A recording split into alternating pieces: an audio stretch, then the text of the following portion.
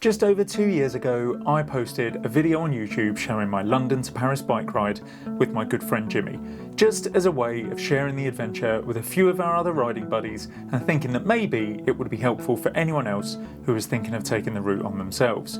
I didn't really expect anything from it, but after getting some really positive comments and quite a few views, I decided to bite the bullet, and so a few months later I started posting weekly videos of my regular bike rides around Essex. And what you're watching right now is my 100th long form video posted here on YouTube. That's a number I never imagined I'd hit when I first started posting regularly just under 2 years ago.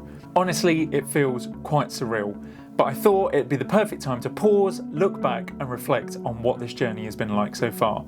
100 videos later and so much has changed. I've learned a ton, grown a lot and had some incredible interactions with my subscribers and moments that I'll never forget. So this is how YouTube has changed my life and how it could change yours too. It all started with a simple idea, taking my love of cycling and sharing it with others. It wasn't something I'd planned for years or anything like that, just one day I thought, why not give it a shot? I've been mad keen on cycling for a long time, but I never thought I could become a content creator with it. So as you can imagine, it was a bit daunting to think about putting myself out there on the internet like that, and found I was often asking myself, what authority have I got that would make people want to watch me? To be honest, I still think that from time to time now. But I just kept saying to myself, what's the worst that could happen, right? And so I pushed on. I just started recording my rides with my GoPro, editing the footage in the evenings and nervously hitting upload each week. Looking back at those first few videos, wow, it was not great, but they were mine and I was and still am very proud of them. Then the views trickled in, maybe 10, 20, and I remember thinking, wow, someone's actually watching these. And honestly, that felt amazing, even if most of those views were probably just me hitting refresh and watching the videos again myself. Then a few videos in, and reality set in. YouTube isn't just all uploads and thumbs ups. It's a pretty wild ride at times. I'm sure every new creator has had the same experience. Some videos completely flopped, like barely double-digit views flopped, but then there were others that completely blew my mind and did better than I ever expected. Like the most viewed video on my channel currently is just me converting an old hybrid bike into a drop bar gravel bike. That video has now had over 115,000 views. And the thing is, I made that video knowing absolutely nothing about bike mechanics. I mean, I still don't really, but I just loved messing around with bikes, and so I thought others might enjoy watching that process too. If someone had told me when I started that one day over 100,000 people will have watched just one of my videos, I'd have laughed at them. But here I am in that exact situation and I am so incredibly grateful. To be honest, I didn't think much of that video when I uploaded it. It was just me doing what I love by tinkering with a bike, and it took me about 4 months to film and edit, so I honestly didn't expect much from it. Sometimes YouTube really likes to surprise you like that though, and other times, well, it doesn't. But you just have to keep pushing on, celebrating the highs and trying to learn from the lows. And then sometimes it can just come down to lucky timing, like the video of me cycling up Great Dun Fell back last year, which is the highest paved road in England, and also known as England's Mont Ventoux. That video got okay views for the first few days, but then Katie Kookaburra, a huge cycling content creator, uploaded a video of her climbing the real Mont Ventoux in France a few days later.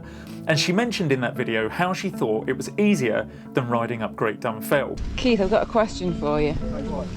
It's controversial. I actually think Great Dun Fell is tougher than that. Really? Yeah.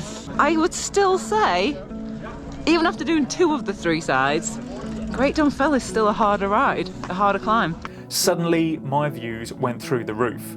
Now don't get me wrong, I think my video is great within its own right, but I don't think it would have got anywhere near as many views without people searching for Great Dun Fell after watching Katie's video. So thanks Katie. But to be honest, it's all part of the process and the crazy ride that is YouTube.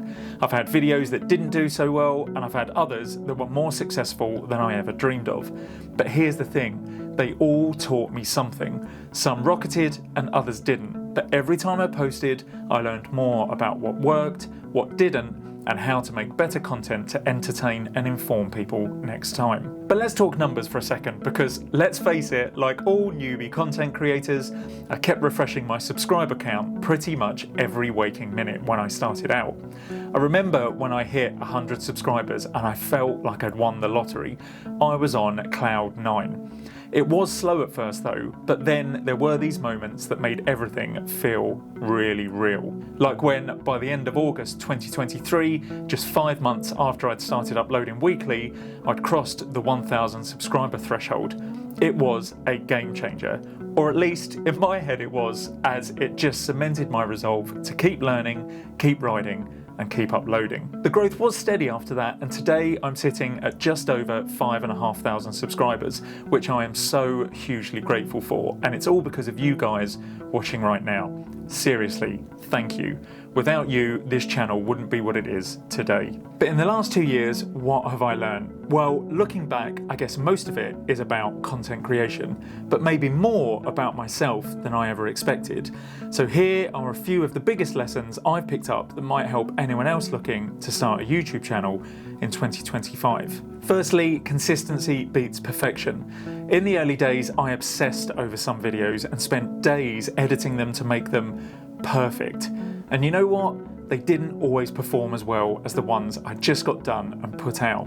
Sometimes it's better to just get something out there and move on to the next thing. Secondly, don't be afraid to experiment. My second most watched video currently is me talking about my carbon fibre road bike, and was totally an experiment. I'd originally tried to film me building that bike about 6 months before I eventually started this channel, but it felt like I made loads of filming errors that I just didn't want to put it out. Instead of making it a build video then, I used the footage I'd filmed to make a review of the bike after I'd ridden it for a while. I had no idea how to review a bike at the time though, but it clearly struck a note with people and it took off. So don't be afraid to try new things or change your plans when nothing looks like it's working then. Thirdly, YouTube is humbling. No matter how hard you try, not every video will be a hit. And that's okay. You've just got to keep going, trust the process, and eventually the good things will happen to you. Luck happens when preparation and opportunity meet. So the more you prepare, the luckier you'll be when that opportunity arises. And finally, and most importantly in my case, surround yourself with people who not only want you to succeed, but will actively help you succeed. I've said it before and I'll no doubt say it again. My channel wouldn't be half of what it is without the likes of my buddy Jimmy and the rest of the motley crew I go riding with. It's their humour, their insight and friendly ridiculing on camera that I believe anyway just makes people want to watch. And I know that's the case because of how often I play my videos back after editing them and find myself smiling at the stuff they come out with, even when they're insulting me. I'm not saying you can't succeed by yourself, but having a tribe that lifts you up and makes you a better person comes across hugely in everything you record.